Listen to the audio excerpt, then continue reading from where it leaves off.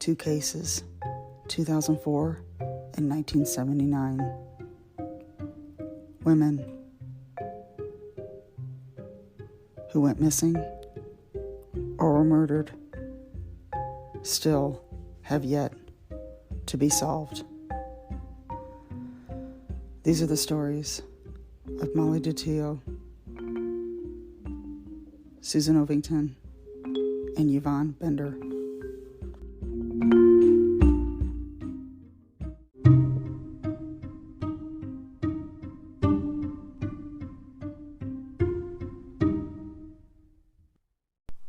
Hello. This is Kelly from Kelly's Coffee and Crime Chat.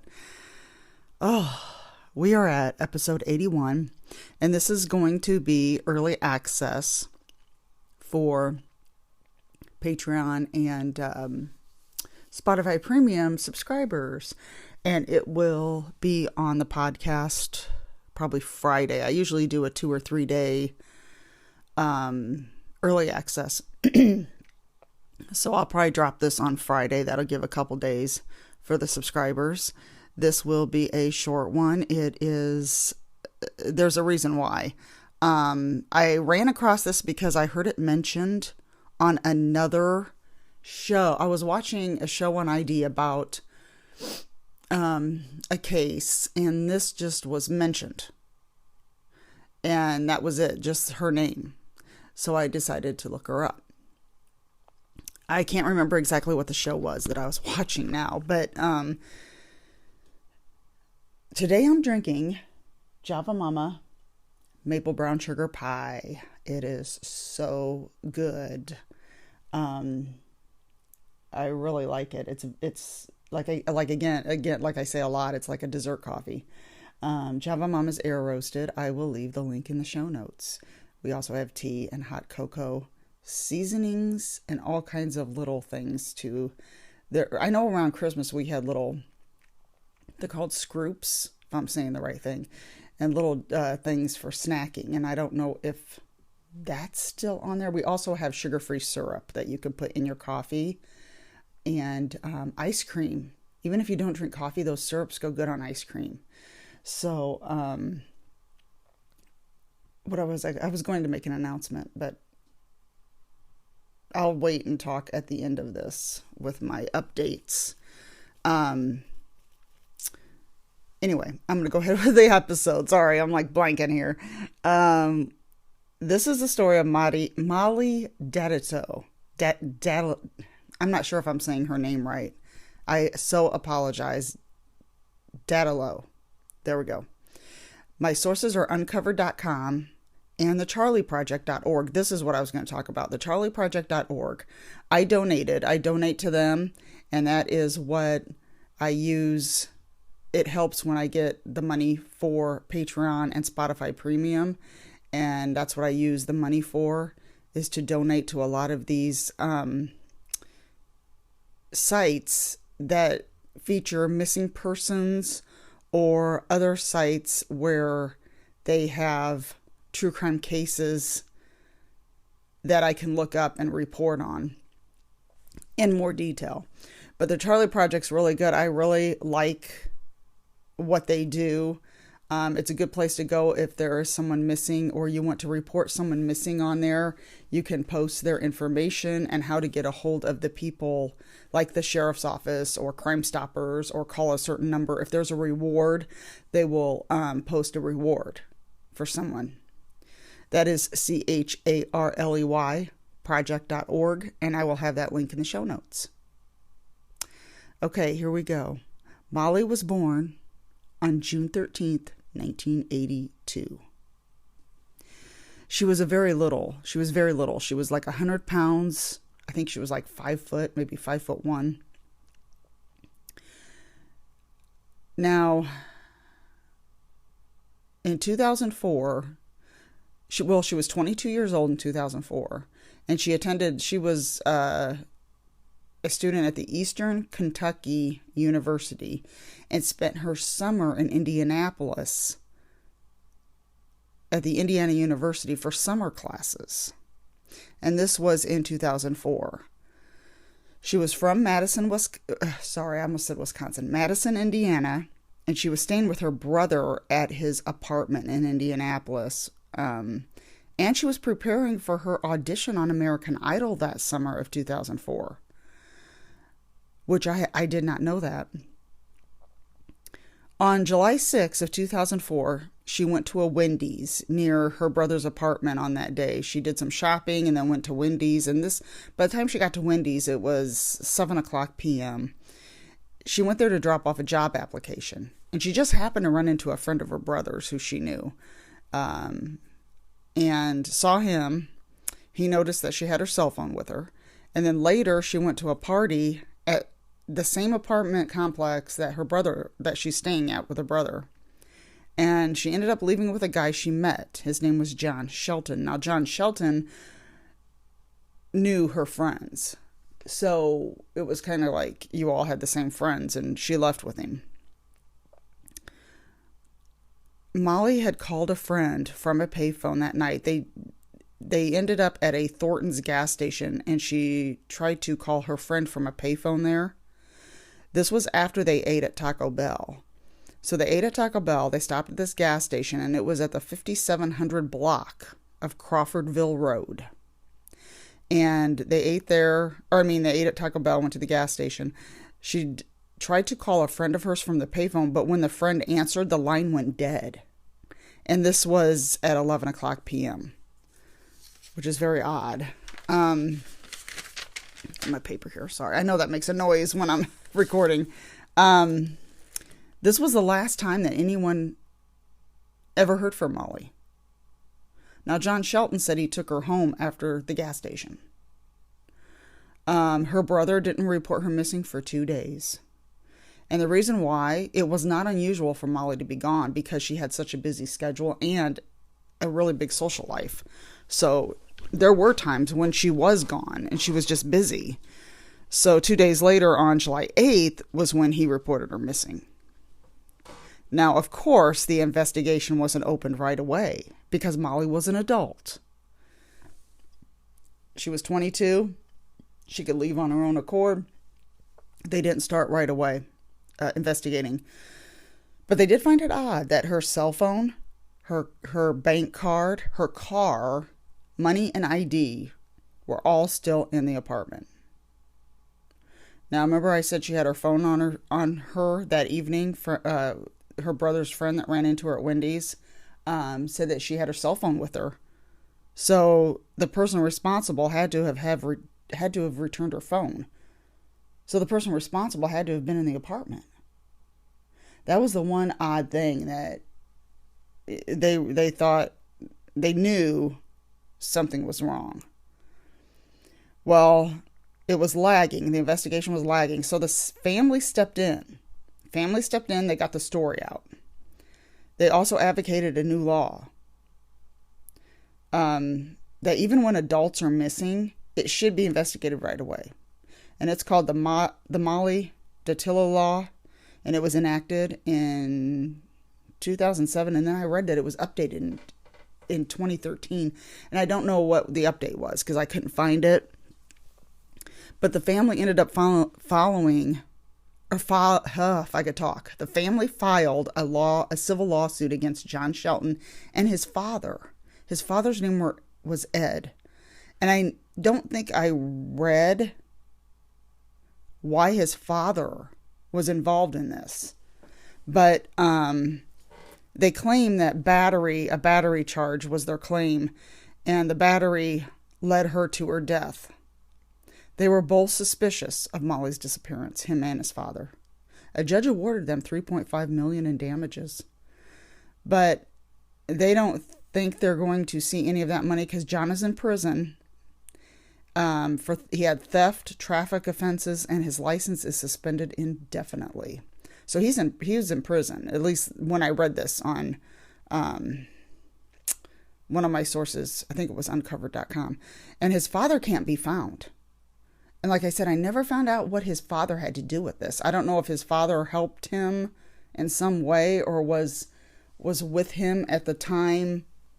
I mean, I don't know. I don't understand what the connection was unless he lived with his father.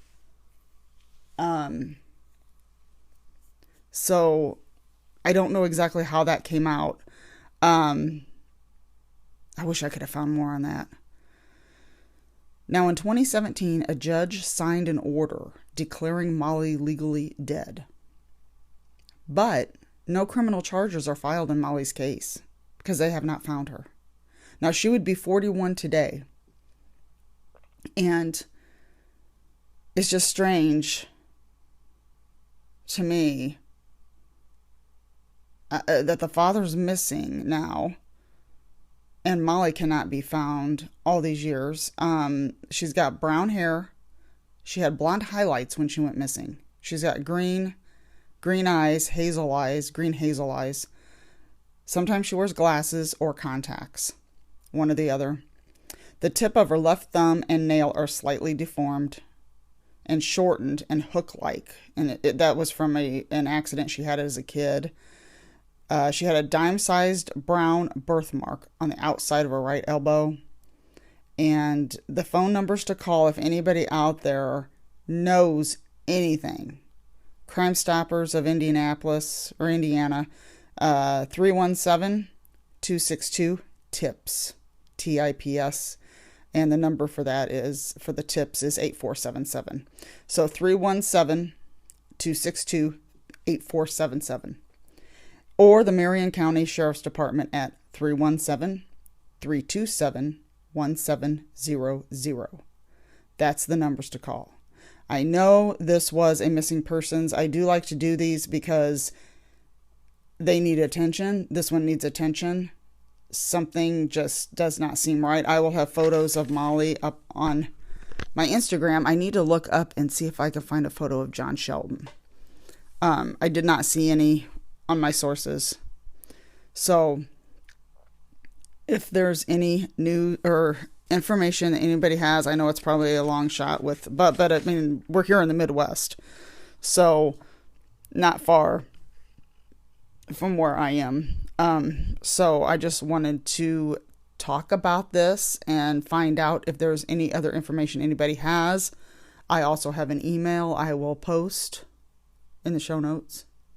And if anybody has any other suggestions for any other cases, or if anybody knows of any more information on the case, like what happened, anything else, you can call the number. You can let me know if I need to correct anything on this. If I got something wrong, let me know. If I need to put any additional information on this, please let me know. But I wanted to present this case, and I had another case I was going to talk about, which is another strange one. I know I wrote it down here. I don't want to make too much noise with paper, because I know that's kind of a boy, let me see if I can flip through. The case of Jake Millison's really long that I did on Patreon, so that's in here. There was another case that I was going to talk about. Susan Ovington. I don't know if anyone's heard of this. I might just go ahead and do it on here now, because it's another short one. Susan Ovington and Eyvonne Bender. And this was on websleuths.com and NBCchicago.com. And that I was looking at those sources, and it was on September 5th of 1979. Seniors Susan and Eyvonne went on an afternoon shopping trip to the mall when they went missing. I don't even think I have the Skokie, Illinois. That's where this was. This was in Skokie, Illinois. It's weird. I didn't write the town. Usually I write the town like right here at the beginning. But they went missing Dempster Street and Waukegan Road on September 5th of 1979. They were found hours later in a Cook County Forest Preserve, shot multiple times. This Forest Preserve was in the St. Paul Woods. They were killed around 3 o'clock p.m. They were seniors at West Niles High School in Skokie. It was supposed to be their first day of school, but a teacher strike was going on. So that pushed back that pushed back the beginning of school. And the girls never got in trouble. They were average, popular students. They thought this was connected to a rape in the woods. There was a rape in those same woods in August, on August 26th that year. And a guy with a knife, it was a guy with a knife forced a girl off of Dempster Street, which was that exact same place. Susan Ovington started sewing and made some of her own clothes. Eyvonne was a great cook and talked marriage with her boyfriend, Larry. Now, the Rangers were not allowed to patrol all the areas of the forest preserve.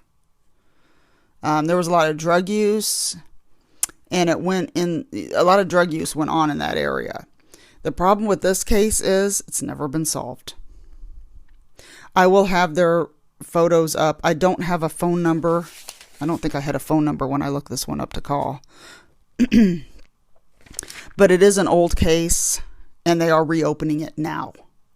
And that's why I found it. Now, if I find any information on who to call or anything about this case, I'll put it in the show notes. I was going to cover it, and then I ran onto Joseph Smedley, who I did I had both of them, and I was taking notes on both of them. And then I forgot to look up. I had to go back and look this one up again, and I forgot to. But I will have, oh gosh, it's just horrible. 1979, this case has not been solved. So they are reopening it. And I'm going to have, like I said, I'll have all information up, and I will have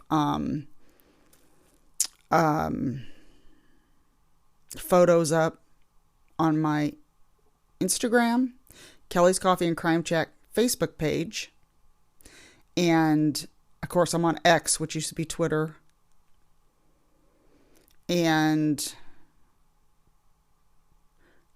I was going to say the Facebook page. That's a private group. All you got to do is hit invite or join or invite, and I will let you in. I am now, for 2024, I've got a day-by-day calendar my husband got me for Christmas. So every day is a true crime case. And some days are a follow-up to the day before, because some cases are longer and have more information. And I'm sharing the day on the Facebook page. So every day you will see the date of the the calendar where it talks about the case that's featured. So you can always join that or join me on Instagram. And I will have all that information in the show notes. There hasn't been much going on here lately. Let's see. I've been off work, so we'll see. We watched Oppenheimer. We watched that movie. That's pretty good. I just wish I was more educated in that type of thing to be able to follow it. But it was a pretty good movie, and it has all kinds of actors in it. I could not believe the actors that were in it. And I think I talked about this last time, was Last Night in Soho. I watched that a second time. Very good movie.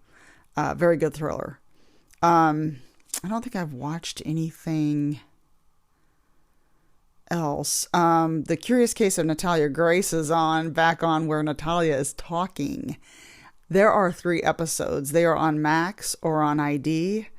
And wow, it's really coming out how old this girl really is and how old she really was when her adoptive parents stuck her in an apartment by herself.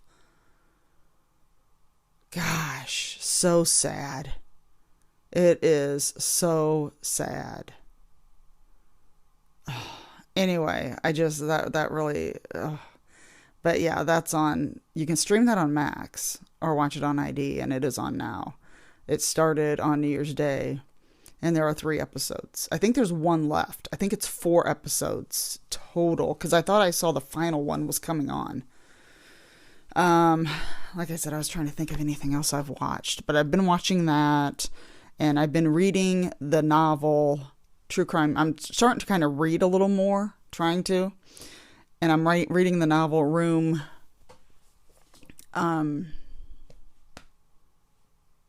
I can't even remember the name of it. It's the Fatty Arbuckle. Fatty Arbuckle, the old-time comedian back in the 20s, was accused of murdering and raping actress Virginia Rapay. Rapay, I think that's how you say her name. I have been obsessed with that case ever since I first heard it. The room is the room in the hotel where she died, and I can't think of the number. It's 12. Ain't that horrible? That's how I am. Numbers I'm terrible with remembering. But not 1213. It's not that. It's 12. I'm going to get off here and then I'm going to remember it. But it is the novel of the Fatty Arbuckle and Virginia Rapay case. I am thinking of, if I can read that, it's so good right now. If I can read that whole thing, I would like to feature that on my Patreon and Spotify subscription, because that's one of the things I do on those old Hollywood cases. So, because I did Krista Helm and I did Bob Crane. I don't know if I've done any other old Hollywood ones. But that stuff really interests me. And it's a really thick book, so I'm going to go back and try to read some today before I have to leave, because I got to leave here in a couple hours, and I want to be able to get some reading in. So that's all for today. I'm so sorry about the short cases here, but I wanted to kind of talk about the second one in there too, since I had the time, because both these cases need attention. Both of them do. So I will have all the information up. I want everybody to have a wonderful week. This will be up early access right away today for Spotify Premium and Patreon. You pay $5 and you get all the bonus episodes. There are 12 bonus episodes on there now. And you get all of them for $5. You can listen to all of them. And I'm going to be doing a new one for January coming up. I'm just not sure what I'm going to do yet. I have an idea, but I'm not sure yet. I have a whole list of different ones. So that is all for today. Everybody have a wonderful week and a wonderful weekend, and I will see you next time.